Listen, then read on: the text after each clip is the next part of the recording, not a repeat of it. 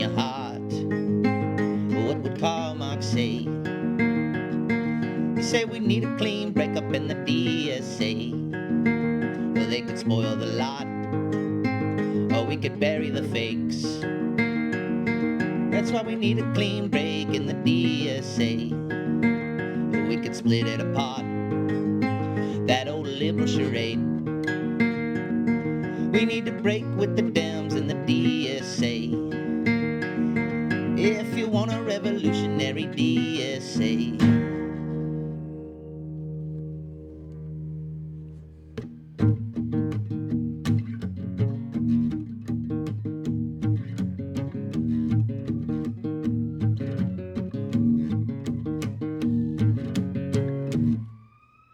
Hello, and welcome to another episode of Gimme a Break, the podcast of the Just Break Already caucus in the DSA. I'm your host, Lital, here with Edward. Hello. And today's episode is a special episode dealing with what is being called the, quote, red wave, or what the right-wing New York Post called the red wedding, of the electoral wins for the DSA-backed candidates that took place last week in New York City, but also other cities. The Washington, D.C. mayor was also a DSA-supported candidate, as well as congressional seats in Denver, Colorado, and also Chris Robb a month ago in Philly. The audio you heard at the beginning is an original song inspired by the goal of the JBA, performed by Jeremy, a friend of the JBA, and its lyrics are, "What would Karl Marx say? You got to break with the Dems in the DSA." So this is relevant to this episode because all of these, quote, red DSA candidates have been running as Democrats in Democratic Party primaries.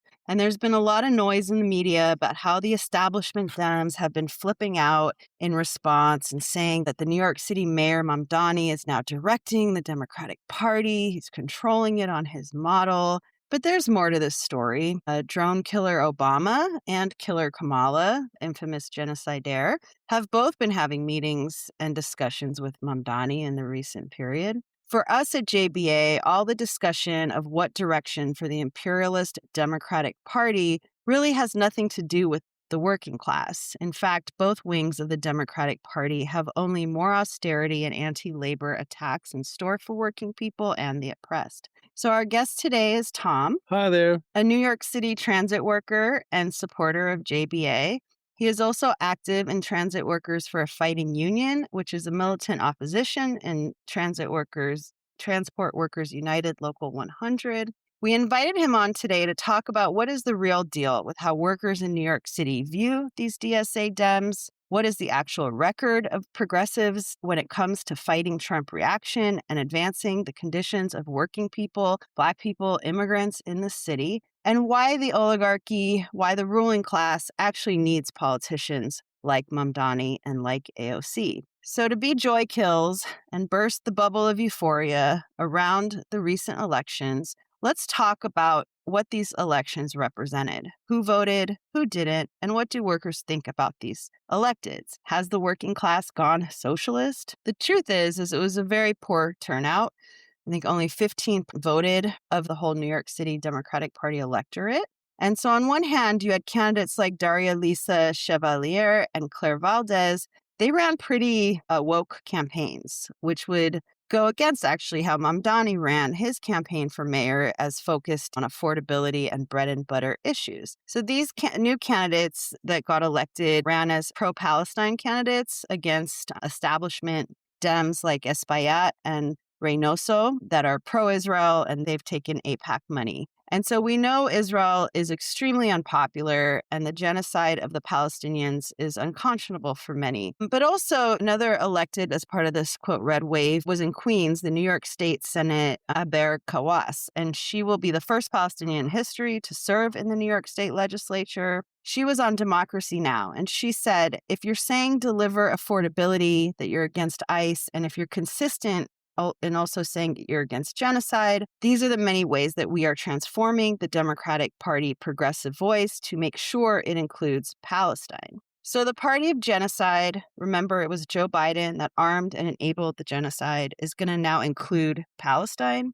This is really a lie meant to corral pro-Palestine activists back into this party where support to Israel is a red line for the imperialists. Israel is their attack dog in the Middle East. So they will say they're not for giving arms to Israel, but they are for selling arms if Israel pays. This is AOC's new position. This is also Rahm Emanuel's position, former Chicago mayor who worked for under Obama, definitely an establishment Dem. Emanuel advocates for ending U.S. taxpayer-funded military subsidies to Israel, arguing that Israel is now a wealthy nation and should be able to purchase the weapons at full price like other allies. This position is hardly pro-Palestine. There was also a recent piece in The Nation by Kareem El-Rafai. He's in the leadership of the New York City DSA. And the piece was called Why AOC Needs to Apologize for Her Infamous DNC Speech, where she lied and said that Kamala was working tirelessly for a ceasefire. And Kareem wrote, she has the potential to unify the left in 2028 if she addresses her decision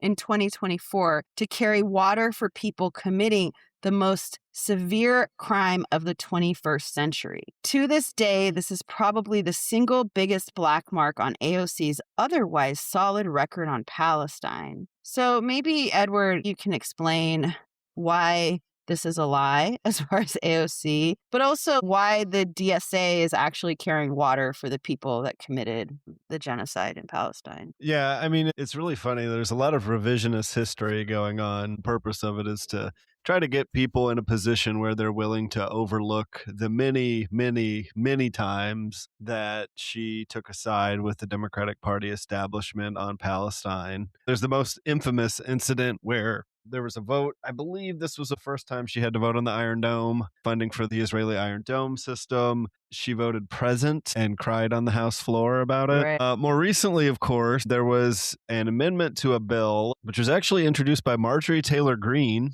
to end all weapons and military aid to Israel. Now, that sounds like a supportable kind of thing if you're a socialist, right? You know, like cut off Israel or whatever. But not for AOC, who rejected supporting that because that would mean Israel would be deprived of so-called defensive weapons like the Iron Dome. I don't think it takes a whole lot of thought to figure out what is a defensive versus an offensive weapon when it comes to the Zionist state, which their whole right to defense or whatever is based on genociding the Palestinians. So yeah, I think there's a lot of revisionist history going on, whether it's AOC, who's sort of a known quantity, although you also have others in the DSA who may not vote for Iron Dome funding, but are part and parcel of the Democratic Party of genocide that has been supportive of what Israel has been doing for the last 3 years in Palestine, right?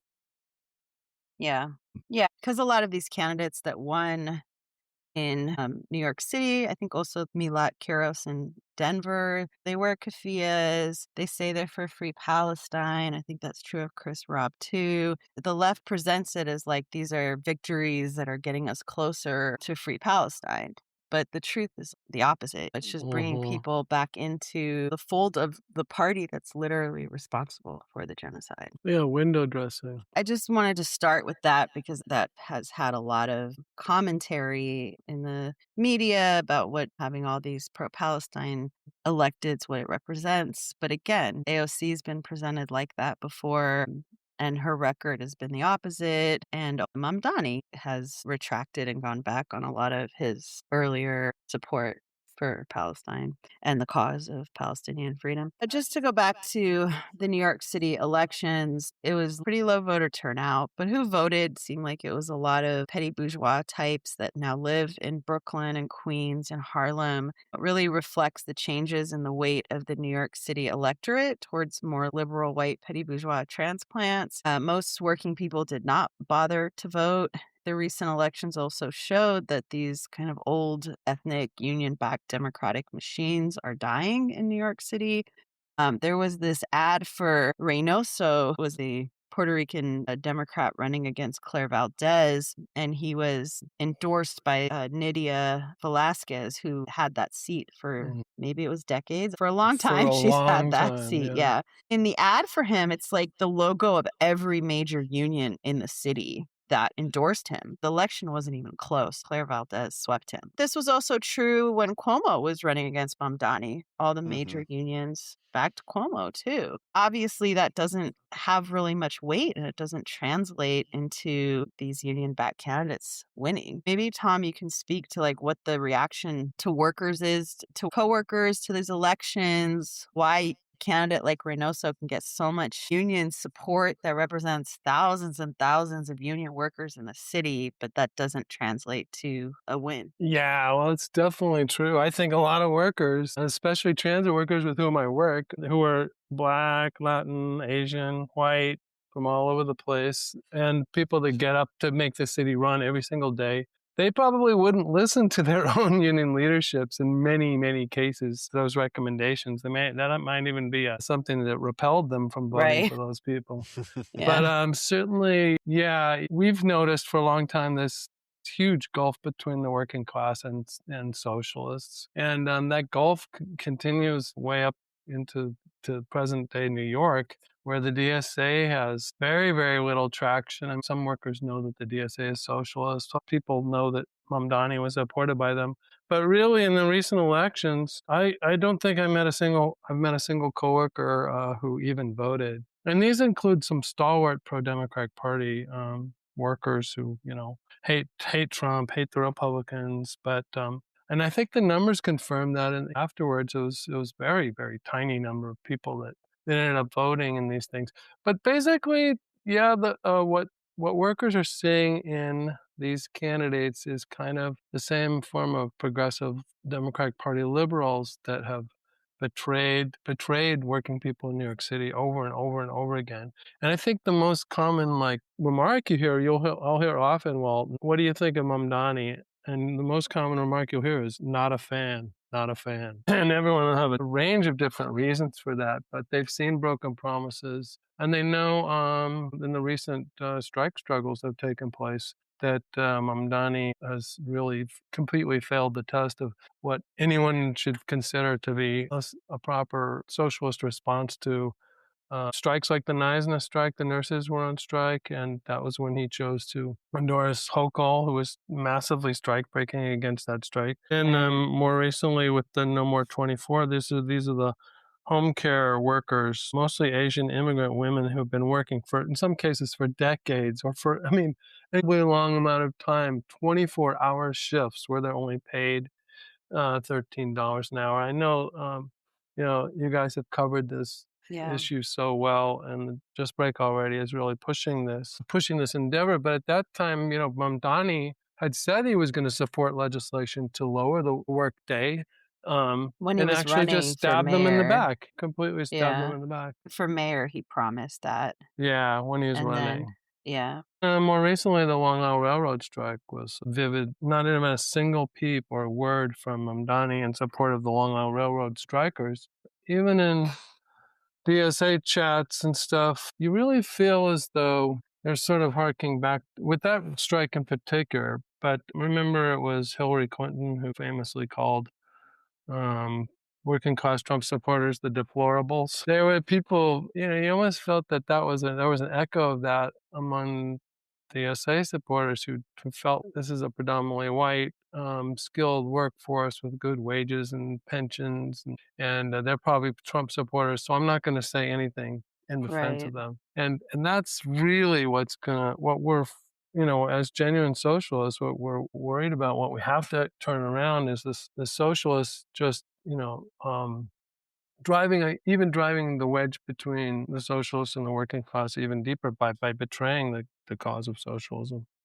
Yeah, that was very clear with the LIR strike because, Hochul was so vicious against this workforce that it made people hate the Dems even more because this is what they're doing. And so you have these DSAers who are like, oh, a lot of these LIR workers are Trump supporters, so we're not going to support their strikes. So they're basically on the other side of a class battle. And then they're going to support Mamdani who's supporting Hochul, who are on the boss's side. Well, fearful of showing support to the Right. strike. You felt a little bit of that in the nurses' strike, where the DSA, I felt, did very little to actually mobilize for mass picket lines, for big pickets, Yeah. or support even for that strike. Yeah. And I think you see, even though Mamdani has not been in office that long, in his short time that he's been in office, you have a clear record here already on the question of labor struggles to improve their conditions. And he's pretty much been on the other side on all of them in practice, what he pushes. And so all these candidates that got elected, Daria Lisa, Claire Valdez, all of them, they're for the working class, they're for the working people. But the election of more Democrats doesn't actually advance the working class. It actually, like you spoke about, Tom, like it just furthers that gulf between No, it really workers does. It really and does. I them. mean, I talk to my coworkers all the time, and they really feel like, because there's a general hatred of politicians, quote Yeah. unquote politicians, but they are keenly aware that promises have been made but never kept. And what they're looking for, what working class people in New York City are looking for, are real improvements in their life. So let's even take a look at what Mamdani has, quote unquote, accomplished. So he got a rent freeze for 2 years. My coworkers, some will say quickly, before that even comes out of your mouth, they say, well, that's been done before. And it is like crumbs. It's crumbs. It's, people are thankful to have, a few $100 break, no doubt about it. But we're not seeing transformative change at all. And this is a time when, my group, Transit Workers for a Fighting Union, what we have said is, we move New York, but we can't afford to live here. Right. And there's not a single coworker that doesn't feel that in their gut right now, because working class people cannot afford to live in a city that's seemingly for millionaires and billionaires. And they really do not see, that there's 2,000 more seats for what, pre-K. They're seeing small things, but at the same time, they just see the same old.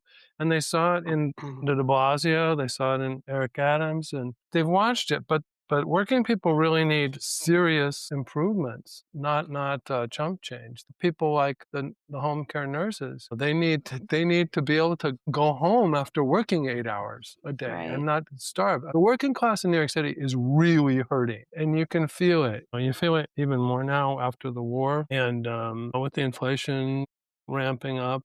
And in transit workers, we don't have a contract.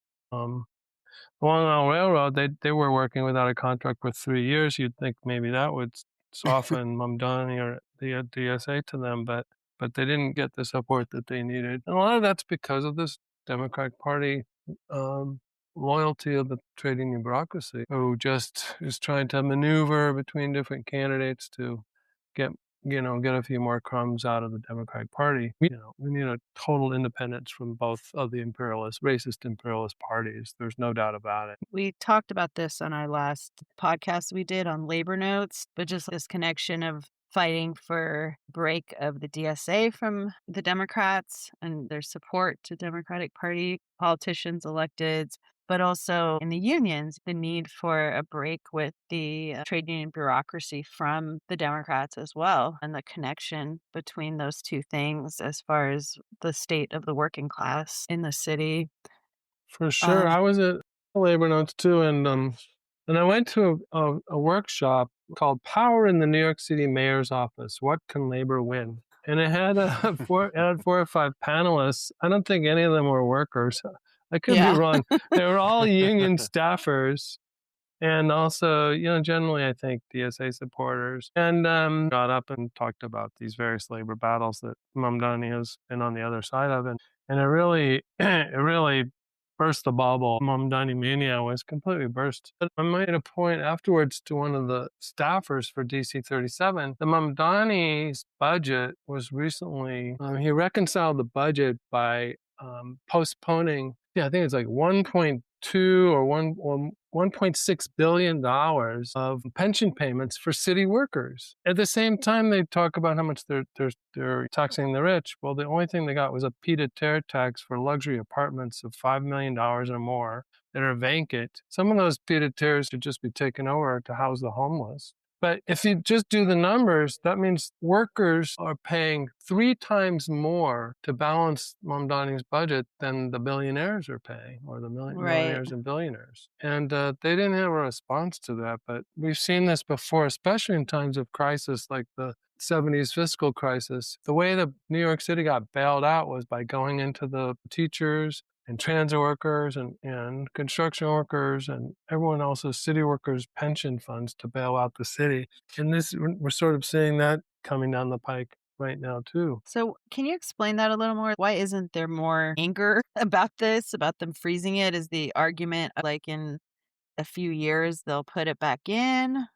Yeah, first of all, they're not talking about it. They're really keeping it Yeah. on the hush hush, as far as I can tell. And they're saying they're restructuring, almost like restructuring loan payments. But the problem is they're delaying payments that were required because at one point in time the pension funds were underfunded. And this is a problem across the country. Mind you, these pensions, a lot of these city workers are not paid that well. We like to think of the pensions as deferred wages. So you don't work in the private sector, you're working like a dog in the public sector. You do get certain benefits, but your pay is pretty low, but you do get a pension. It's one of the remaining like sort of enclaves of American society. People get some pensions, but it's generally because the pay is lower. So they're kicking the can down the road and imperiling some of these pensions. And there are places like Detroit and places in California where pensions have been shaved, taking a hit. It is dangerous. There needs to be a fight for affordable housing. And I really appreciated one of your last episodes, which was on the housing crisis. Yeah. Working people cannot afford to live here. Right. And it's not just what we should do is bind these struggles together for affordable housing for transit workers and city workers and teachers with the fight to defend public housing and the fight to make real public housing affordable, integrated, quality public housing for everybody, the Black and Puerto Rican Latino masses who are threatened with losing their homes, and the struggle for working class housing for unionized workers. And in many cases, it's the same people, but we're not getting that from our trade union leadership either, our misleaders, precisely because they're tied to the Democratic Party, like unfortunately the DSA is. Yeah. Yeah, I have a friend who's a transit worker in the Bronx.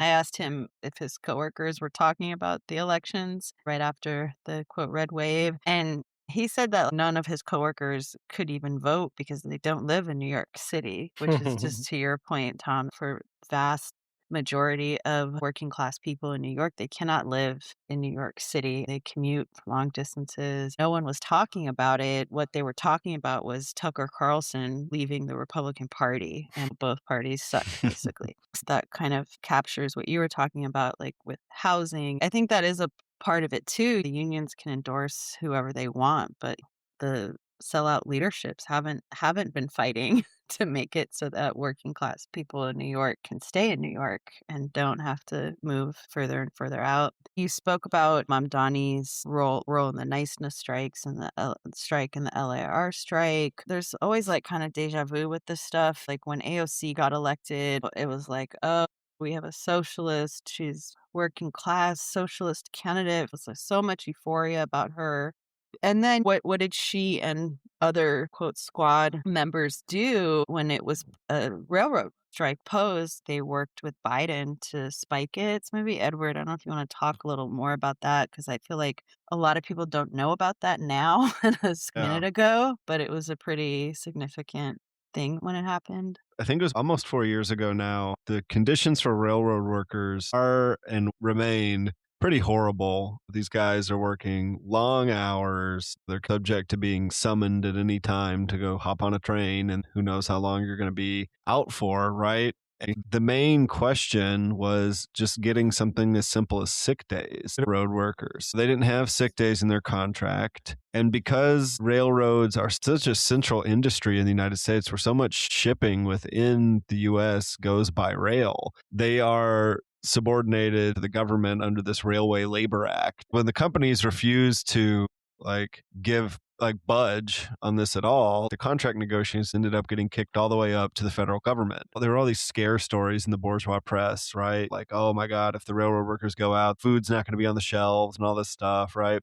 And so Biden meets with the union leaders and with the railroad executives, and he's basically getting ready to impose a contract on the railroad workers. There's some like parliamentary maneuvering going on, and these different politicians are saying, oh, we'll impose a contract that it'll have sick days, And this was really the justification that people like AOC put forward to justify basically banning the possibility of a railroad strike. If you want to get sick days, like that's how you're going to do it, right? Creating a crisis for the capitalist class in this country. Something any socialist should be for.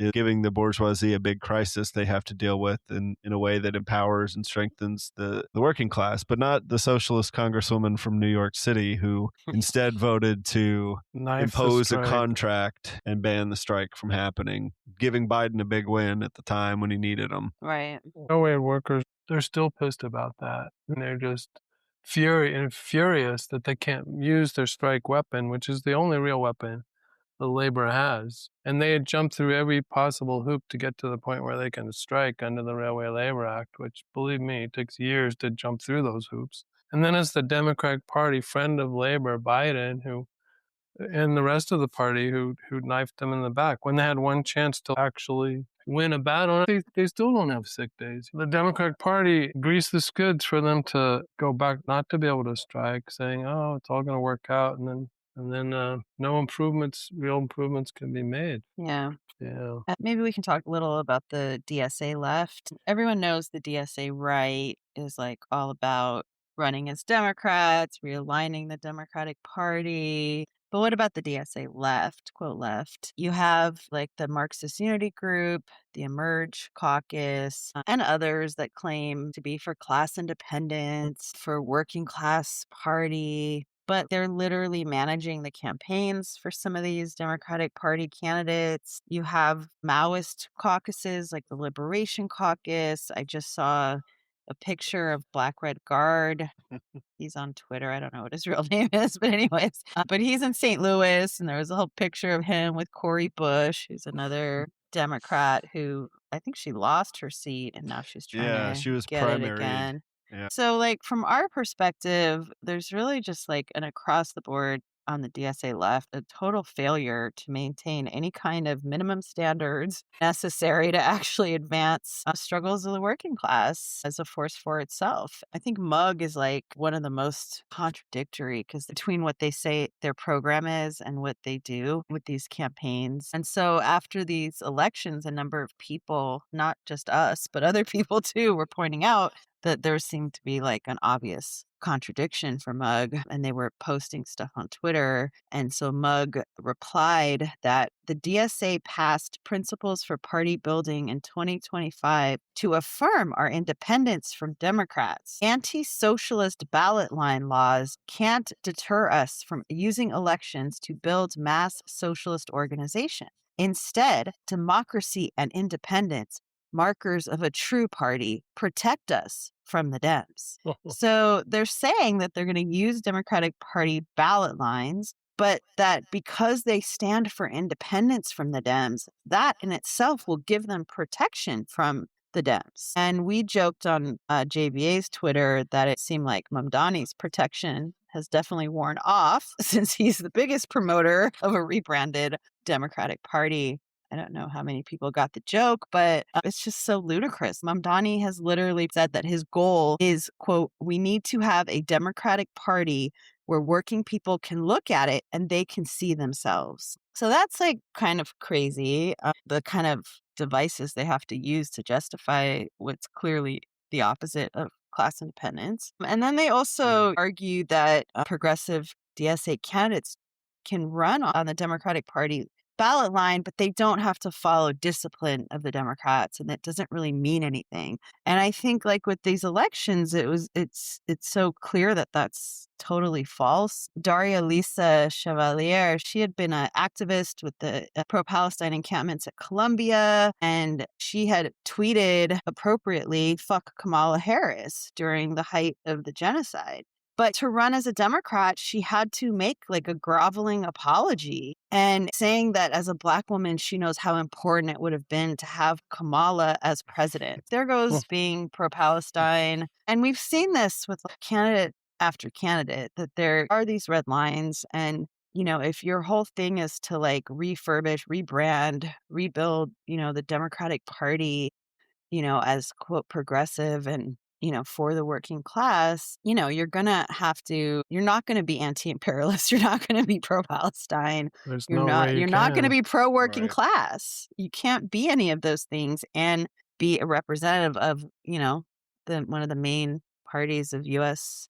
imperialism. Yeah, I mean, it's a question like, just over and over again, you can see them bending to the, not even bending, they become bourgeois ministers. They go from, Yeah. pale pink socialists to, and basically administrators or legislators totally tied to the Democratic Party's, pro-imperialist, pro-capitalist, blood-drenched domestically and internationally program, and they have to, and then as they seek more influence, that they're given further instructions, further red lines. So Yeah. they Yeah, become, Well, they do this thing too, where they, at least on the DSA left, they pretend like some of the electeds are the real left wingers, versus like if they make a distinction between them and AOC, it's like Chris Robb, he's a real left winger. And it's like this Right. dude's first event after getting elected was something about how to take over the Democratic Party. Or Yeah. like With the Daria Lisa. Justice Democrats. They're all Yeah. also Justice Democrat, whatever that is, candidates. Like, Or yeah. like Daria Lisa, who's over there talking about, oh yeah, you could support us if you support Israel and just not Netanyahu or whatever. It's like it took Right. like all of 5 minutes. Like, i.e. Brad Lander, who also was Right. supported by Mamdani and is a very open liberal Zionist. Yeah, right. Mhm. So it's just like it's really like the left really does this obfuscation, and really what it is a way to justify this block with the right behind the strategy of supporting these Democratic Party politicians, like drawing a line. Oh, this one's slightly more left. Like Rashida is a lot better than AOC. Blah blah blah blah blah. But at the end of the day, they all are representatives of this genocidal imperialist party. Yeah.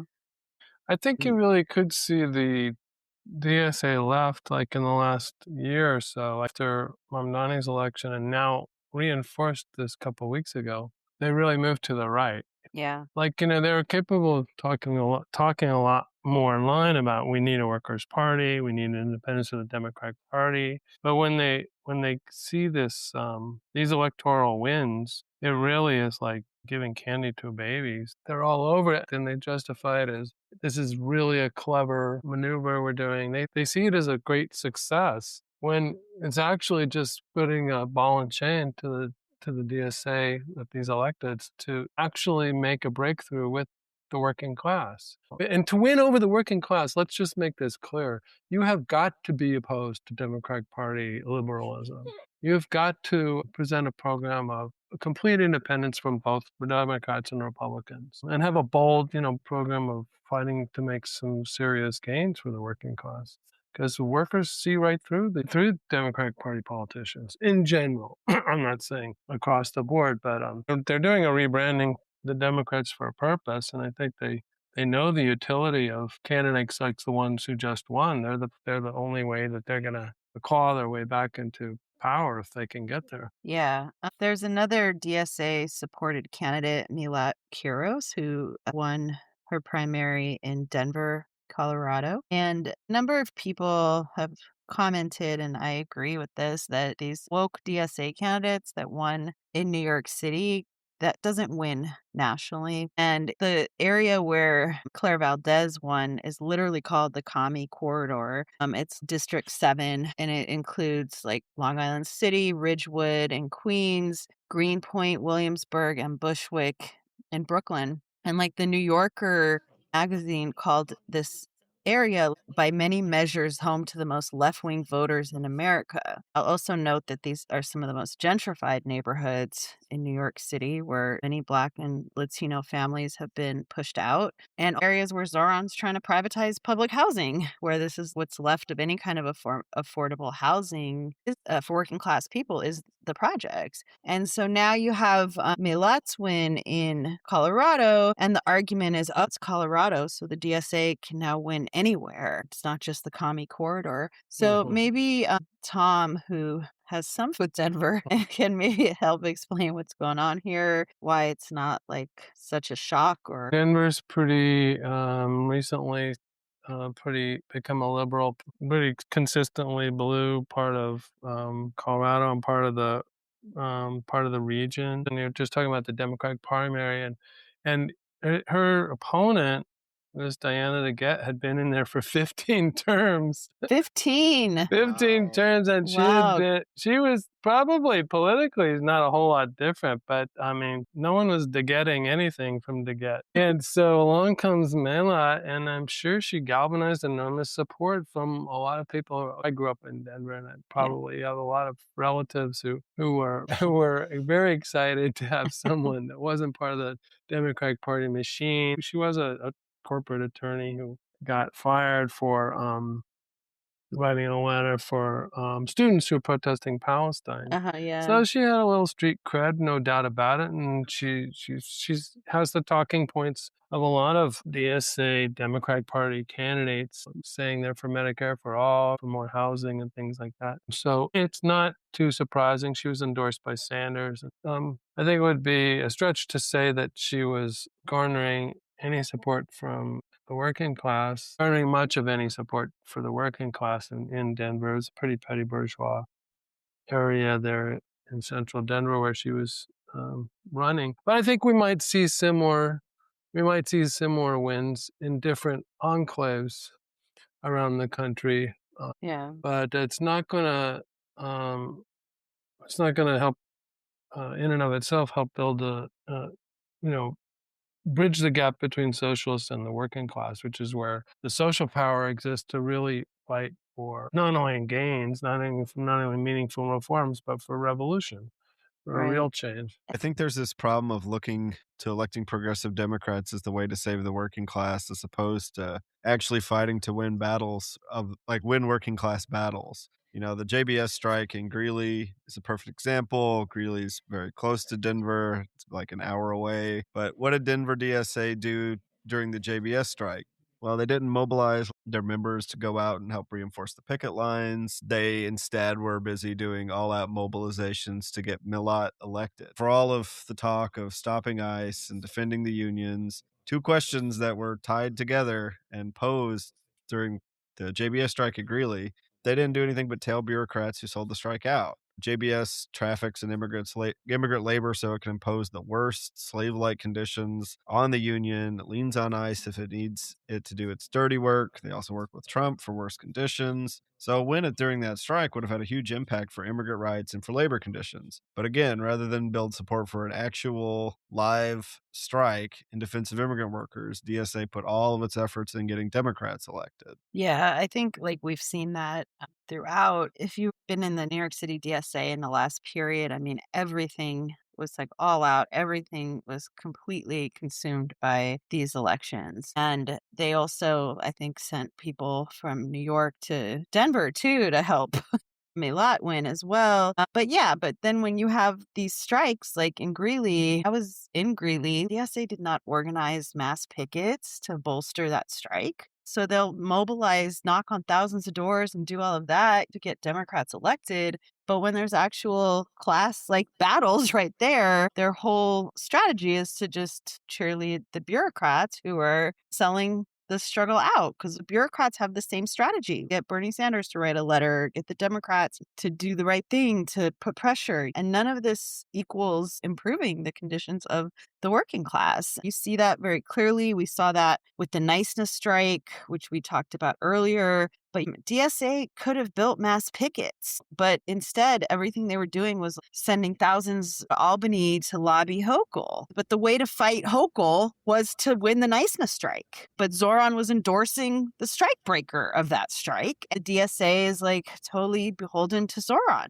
For real socialists, you look to the class struggle to advance the conditions of our class, and strikes are won or lost on the picket lines. But for the DSA, it's electoral politics they look to as what's going to save us. It's been shown time and again that it's a dead end, but it really just lies to the working class and to leftists and activists and people that want real change. And as far as workers are concerned, when you have these kinds of betrayals by these pro-Democratic Party bureaucrats, by Mamdani, by these characters, it just moves workers to the right.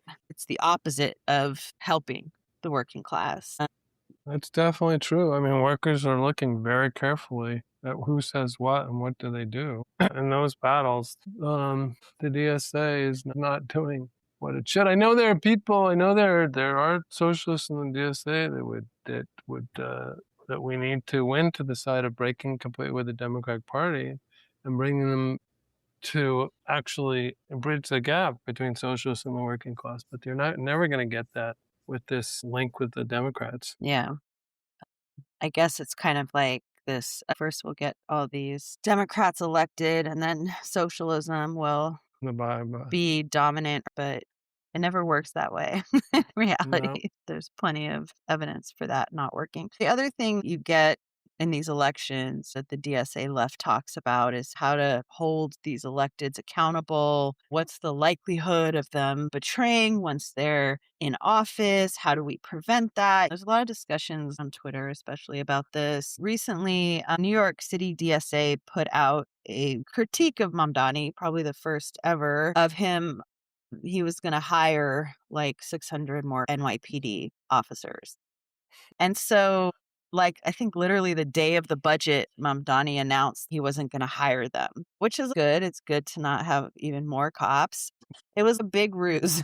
Mamdani has reneged on all his promises regarding the cops. I'm not going to list them all, but the SRG, he said he would disband. So he's backs off hiring some more cops. So it seems like he's accountable, but it's a big hoax because the police power is stronger than ever under Mamdani and Tish. Mamdani said that they were able to identify ways to keep the NYPD head count at the originally authorized 35,000. But the budget is to have a NYPD size of 35,000 cops. Right now, there's 34,000. So they're still hiring 1,000 more in this budget. So it's not it's a bait and switch. Yeah, they're still hiring more cops. So the whole thing is just it's just totally. And I think that is really how he works. You have to really look in the fine details, like the pension thing that no one will talk about. Where are these great victories coming from? So the left is touting this as a victory. Listen to us.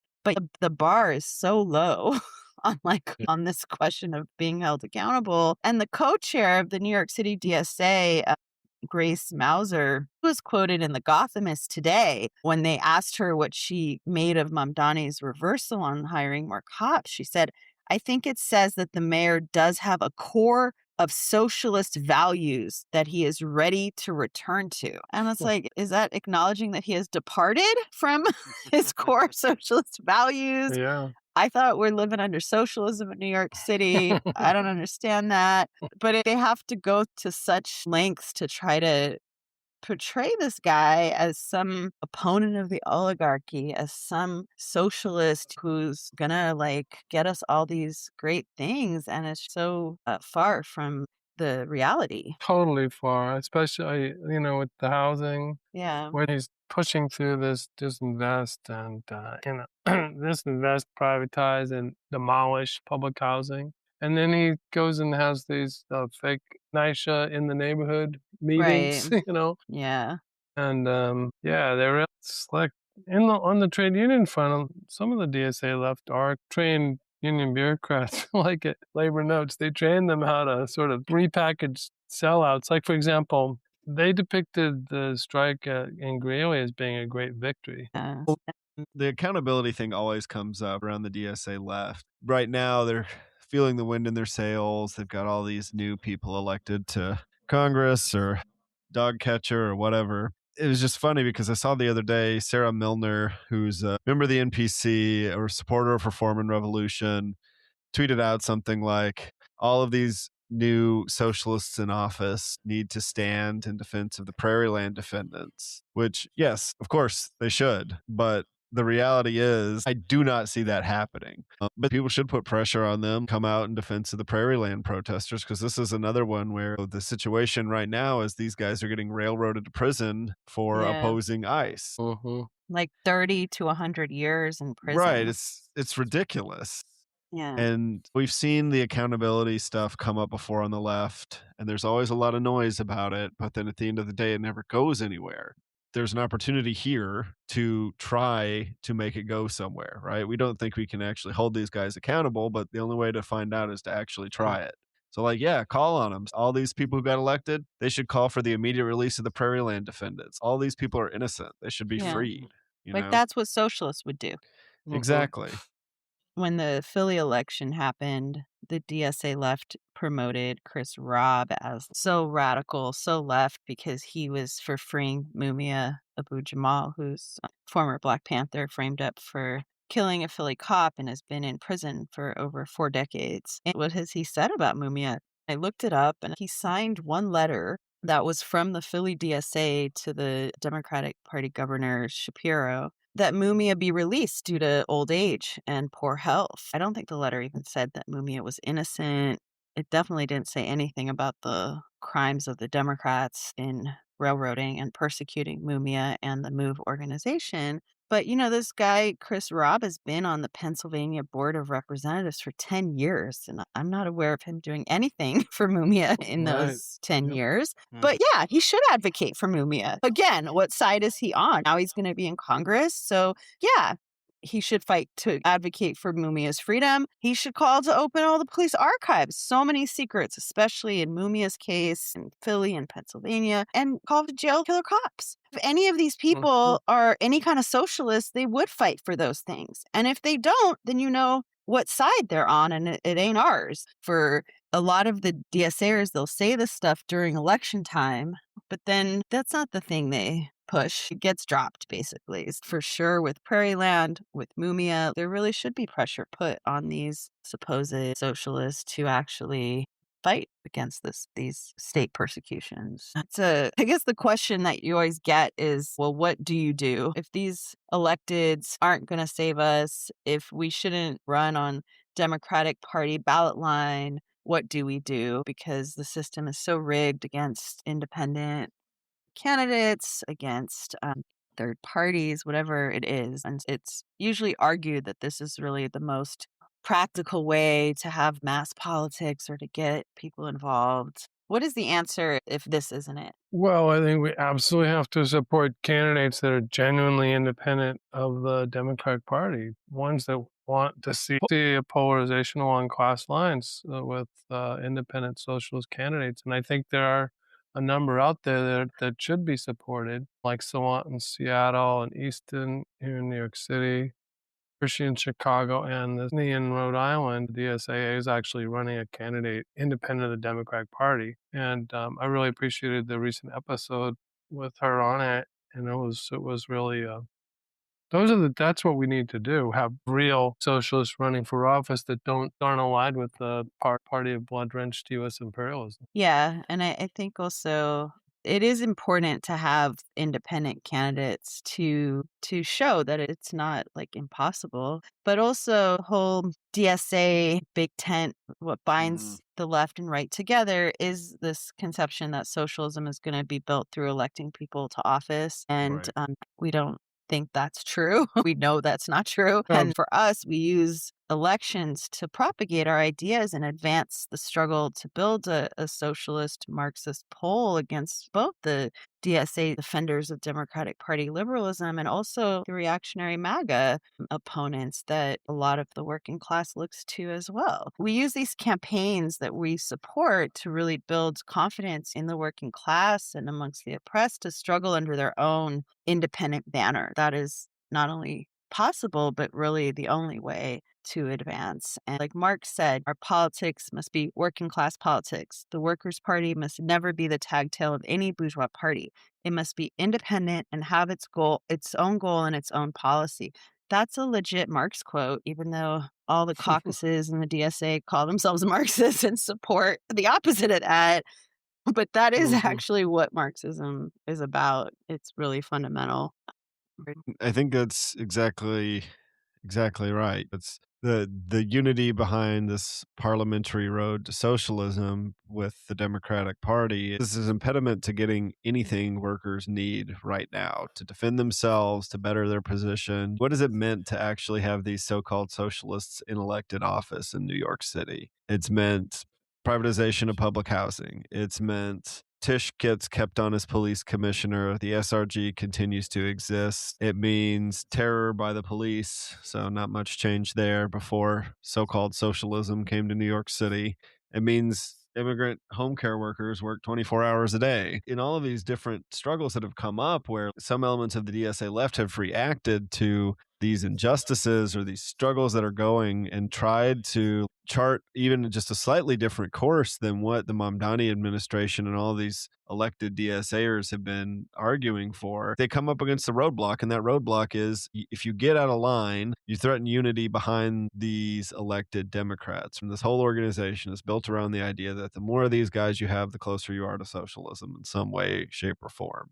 But that's really the wrong conception. These guys are holding those struggles back, and not getting out of line from these guys is really what is holding all of these fights back.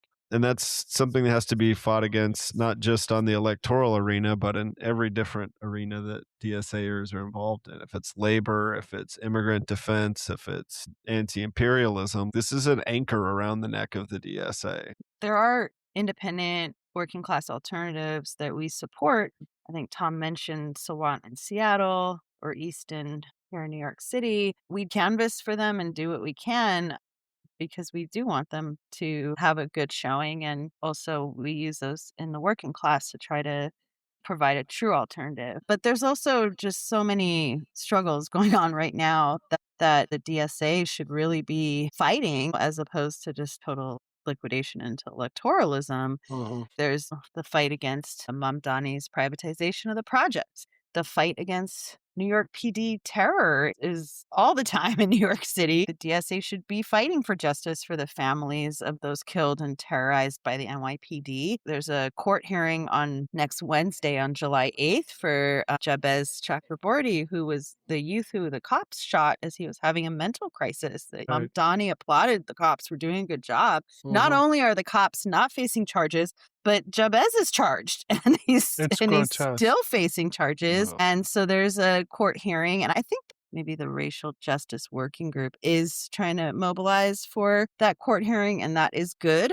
But obviously, a lot more could be done for that. There's the ongoing fight for the No More 24 bill. We were at a press conference yesterday, and they had announced that they're likely to go on another hunger strike because Menon won't put this bill forward. That's another thing that really should be fought. The fight to get rid of these slave-like work conditions for immigrant women is a now fight, and a fight against U.S. imperialism, which has been on a rampage. Fight to defend the Cuban Revolution. Our next episode is going to be focused on that and what we can do here in the belly of the beast to defend Cuba. These are all urgent battles that need to be fought right now. I think when you get involved in these struggles, you'll see that actually the alliance with the Democrats is actually the source of the betrayals on all of these burning questions that I mentioned. And far from helping, it's an obstacle to advancing the conditions of workers and the oppressed, whether it's New York City or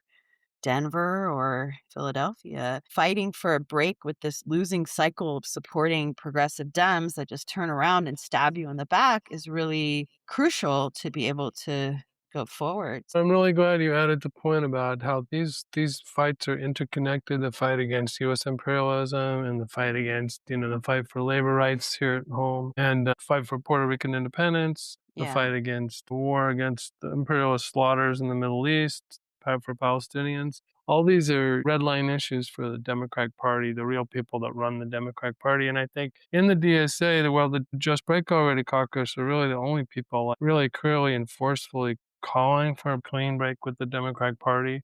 There are people out there who are going to see as time goes by the total and utter bankruptcy of this electoralist program and of pinning their hopes on basically pale pink socialists who betray socialist principles as elected politicians of the Democratic Party. And I just hope that all those people in the DSA who begin to see more and more clearly where this has taken them, that they will join us in a fight to have a break with the Democratic Party and then to forge a real socialist alternative, an independent working class alternative to both bourgeois parties. So Yeah, I'm all for the JBA is that doing was well great work. said. That concludes this special episode of Give Me a Break. You can follow all the work of the Just Break Already caucus by checking out our link tree. That is linktree.com/DSA_Just Break Already. You can also follow us on X at Clean Break Now and on Instagram at DSA_Just Break Already. If you would like to come on the show, debate us, send us your positive comments, your hate mail, whatever you got, send it to us. Our DMs are always open. And if you want to be on the show, that's the easiest way to get in touch. Before I end, Tom, is there a way people can follow the work of transit workers for a fighting union you'd like to share? For sure. People should definitely check out our website, twfu.org, twfu.org, and you can find us on Facebook and X as well. Cool. Great. All right. Thanks so much for coming on. Oh, my All right. pleasure. Bye. Bye-bye.